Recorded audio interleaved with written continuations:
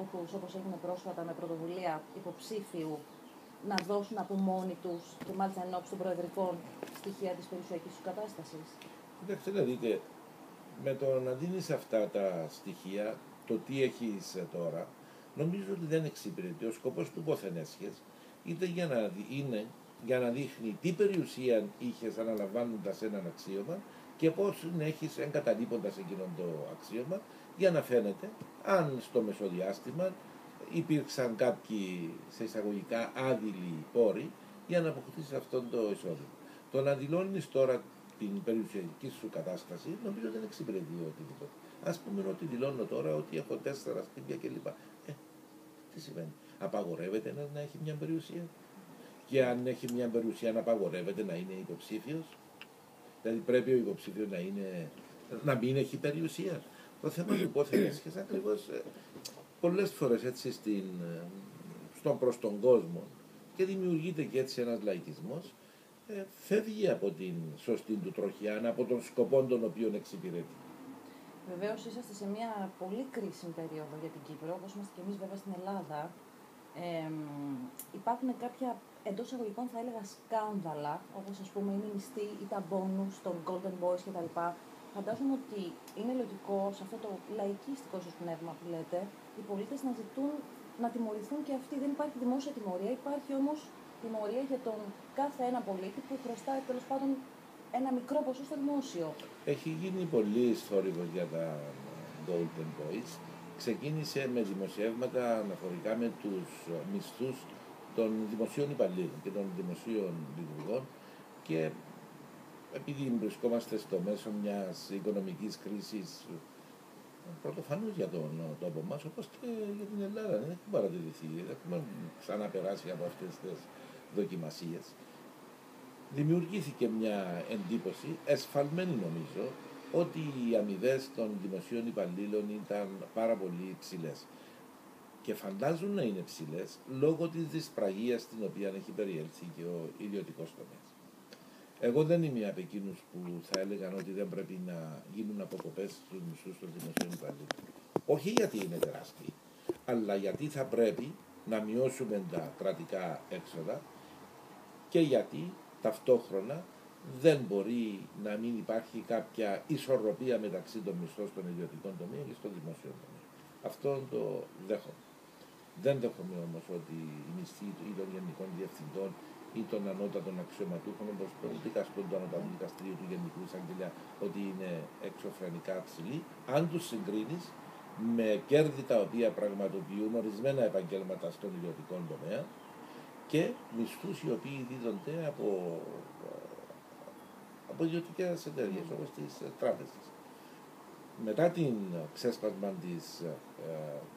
των ευθυνών, μετά την απόδοση των ευθυνών για την κρίση στις τράπεζες, απεκαλύφθηκαν και οι μισθοί τους οποίους έπαιρναν οι τραπεζικοί υπάλληλοι.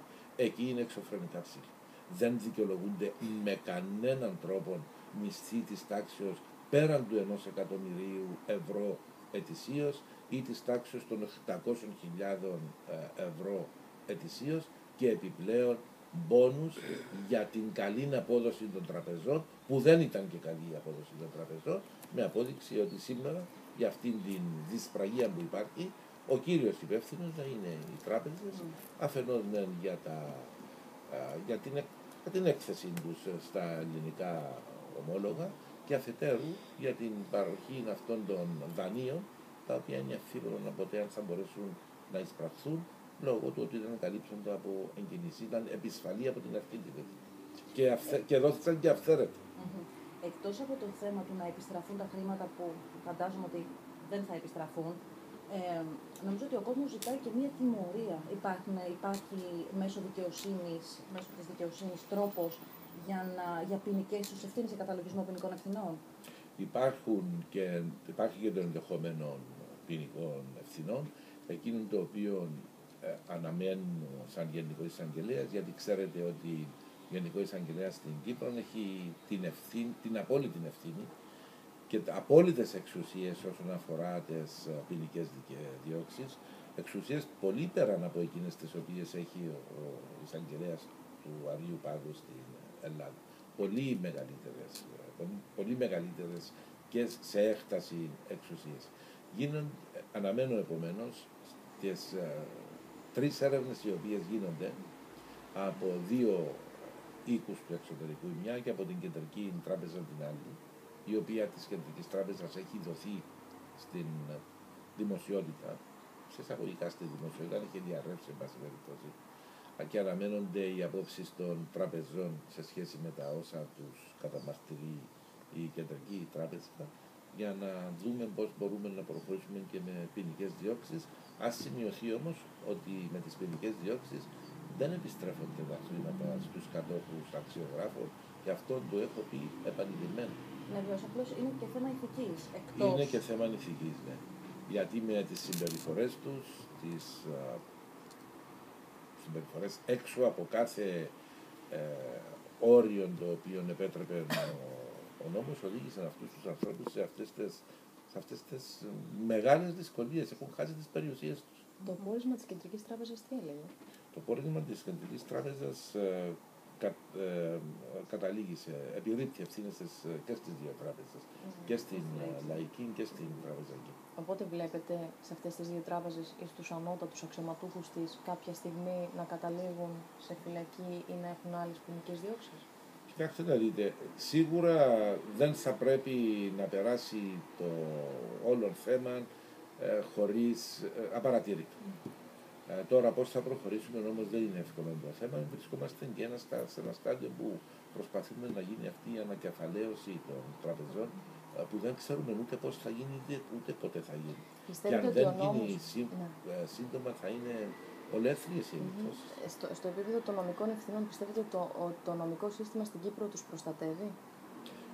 Προστατεύει το νομικό σύστημα. Σε καμιά χώρα δεν προστατεύει αυτούς που αυθαιρετούν.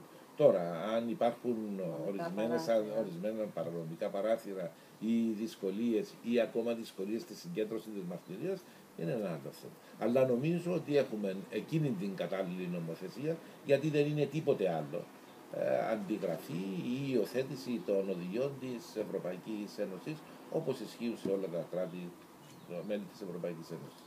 Μια και είμαστε στα οικονομικά, θέλω να σας ρωτήσω και για το δημοσίευμα που έβγαλε πρόσφατα το Spiegel, που επαναφέρει ένα θέμα που νομίζω ότι σας έχει απασχολήσει πολλά χρόνια, ότι η Κύπρος είναι και παραμένει φορολογικός παράδεισος. Καθόλου δεν συμβαίνει αυτό το θέμα, ούτε φορολογικός παράδεισος είναι, ούτε και πολύ περισσότερο κατηγορίες ότι αποτελεί έναν κέντρο ξεπλήματος βρώμικου χρήματος. Εδώ και πάρα πολύ καιρό έχει συσταθεί ειδική υπηρεσία στα πλαίσια του Γραφείου του Γενικού Εισαγγελέα, η Μονάδα Καταπολέμησης Αντικειμάτων Συγκάλυψης, που κύρια αποστολή έχει την καταπολέμηση αυτού του ξεπλήματος βρώμικου χρήματος.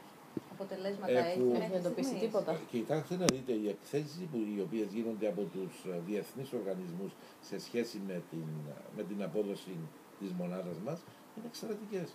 Και της Manival και της Greco και όλες οι άλλες οργανώσεις που ασχολούνται σε πανευρωπαϊκό και παγκόσμιο επίπεδο σε σχέση με την καταπολέμηση, αναφορικά με την απόδοση της δικής μας μονάδος και της αξιολόγησης που της γίνεται περιοδικά, είναι εξαιρετικές, είναι ό,τι καλύτερο. Έχει αποτελέσματα, έχει φτάσει στο δικό σας το γραφείο κάποιο αποτέλεσμα? Σαφώς έχουμε, σας είπα, η αξιολόγηση με βάση τα αποτελέσματα είναι εξαιρετικές. Μια και μιλάγαμε για νομικά. Γινόταν αυτή η συζήτηση πριν 15 χρόνια. Ναι, πολλά. Και ακριβώς οδηγηθήκαμε στην ανάγκη δημιουργίας αυτής της μονάδας, υιοθετήθηκαν όλες οι διεθνείς συνθήκες που αφορούν το θέμα και με πάρα πολύ καλά αποτελέσματα. Και τι αποτέλεσμα έχει κάποιος που έχει εντοπιστεί με τέτοιο παράπτωμα? Ποιο είναι? Παγωποιούνται και δημεύονται τα περιουσιακά του στοιχεία, και εκεί όπου μπορεί να αποδειχθούν και πέραν του ποινικές ευθύνες, καταδικάζεται. Μιας και μιλάγαμε για νομικά παράθυρα. Και έχουμε παγωποιήσει και δημεύσει πολλά εκατομμύρια. Και ελληνικών. Ελληνικών offshore εταιρεών. Ελληνικών συμφερόντων. Μεταξύ αυτών του κ. Τσοχατζόπουλου. Να το δει κλάβος, ναι. Εντάξει. Κοιτάξτε, σε σχέση με την υπόθεση του κυρίου Τσακασόπουλου έχουμε ανταποκριθεί πλήρως σε όσα μας ζήτησαν, ακόμη και με δικές μας πρωτοβουλίες και σε επικοινωνία με τις αντίστοιχες ελληνικές αρχές. Στείλαμε ό,τι είχαμε, προθυμοποιηθήκαμε να διερευνήσουμε οτιδήποτε μας ζητηθεί, αλλά και υπάρχει και το ενδεχόμενο, επειδή με βάση ορισμένες καταθέσεις του κυρίου Ζήκρα, νομίζω, θα προχωρήσουμε και με τις δικές μας έρευνες, αλλά τουλάχιστον όσον αφορά τις έρευνες που γίνονται από τις ελληνικές αρχές, είμαστε στην απόλυτη διάθεση τους και ανταποκριθήκαμε πλήρως στα όσα μας ζήτησαν. Όπως και στην περίπτωση του Πατοπεδίου. Και εκεί έχουμε παγωτήσει χρήματα. Έφτασαν ως εδώ, Βουλευτών, Ελλήνων βουλευτών. Όχι, εννοώ περιουσιακά στοιχεία του Πατοπεδίου. Της Μητρόπολης, της Εκκλησίας. Μάλιστα. Φαντάζομαι ότι έχουμε πολλά στοιχεία ακόμα να δούμε από τις έρευνες που έχετε κάνει. Έχουν δημοσιευθεί πολλά βέβαια στην Ελλάδα, αλλά φαντάζομαι ότι είναι πολύ βαθιά όλη αυτή η υπόθεση. Κοιτάξτε να δείτε, έχω μιλήσει και προσωπικά με τον εισαγγελέα του Αγίου Πάγου, τον κύριο Τέντε, για μια δύσκολη διερεύνηση και μπράβο στις ελληνικές αρχές που μπόρεσαν να φτάσουν μέχρι εκεί που έφτασαν. Δεν είναι εύκολες αυτές οι διερευνήσεις με κεφάλαια τα οποία διακινούνται από τράπεζα σε τράπεζα, από χώρα σε χώρα, που αλλάζουν ονόματα, αλλάζουν τράπεζες. Δεν είναι εύκολες αυτές οι διερευνήσεις. Άνθρωποι οι οποίοι πολύ ενέχονται σε αυτές τις διακινήσεις και δεν είναι και πάντα εύκολο να μιλήσουν, αφού και οι ίδιοι φοβούνται μήπως τελικά βρεθούν εμπλεκόμενοι. Ωραία, μια και μιλάγαμε για τα νομικά παράθυρα, πιστεύετε ότι το ανώτατο δικαστήριο ανταπεξέρχεται πλήρως στο ρόλο του? Εδώ. Ναι. Και κατά πόσο είναι ελεύθερη η δικαιοσύνη εδώ? Δεν έχω καμία αμφιβολία ότι είναι ελεύθερη η δικαιοσύνη. Τώρα, αν μπορεί να ανταποκριθεί στις απαιτήσεις για σύντομη και αποτελεσματική δικαιοσύνη, έχω κάποιες αμφιβολίες. Λόγω του ότι έχουν συγκεντρωθεί στο ανώτατο δικαστήριο οι αρμοδιότητες δύο δικαστηρίων που προϋπήρχαν, που είχαν με βάση το Σύνταγμα του 1960. Υπήρχε το Συνταγματικό Δικαστήριο, αντίστοιχο με το Ελληνικό Συμβούλιο Επικρατείας, και υπήρχε και το Ανώτατο Δικαστήριο, το οποίο ασκούσε τις εξουσίες δευτεροβάθμιου δικαστηρίου σε σχέση με αστικές και ποινικές υποθέσεις. Εξαιτίας των όσων συνέβησαν τα πρώτα χρόνια της ανεξαρτησίας, το 1963 δηλαδή, και την κατάρρευση ουσιαστικά του τότε δικαστικού συστήματος, το οποίο μετήχαν και οι Τουρκοκύπροι και οι οποίοι απεχώρησαν, τα δύο δικαστήρια με βάση νομοθεσία συγχωνεύτηκαν σε ένα. Και έτσι έχουμε ένα δικαστήριο, το ανώτατο δικαστήριο, που στις εξουσίες του συγκεντρώνει τις αρμοδιότητες τόσο του πολιτιακού δικαστηρίου, του Συμβουλίου Επικράτειας δηλαδή, όσο και του εφεδίου στις αστικές και ποινικές υποθέσεις. Δύσκολα μπορεί να ανταπεξέλθει σε αυτό, με αποτέλεσμα να υπάρχουν σοβαρές καθυστερήσεις στην απονομή της δικαιοσύνης, και μέχρι χθες, αν έχετε δει στις εφημερίδες, είχε γίνει μια στάση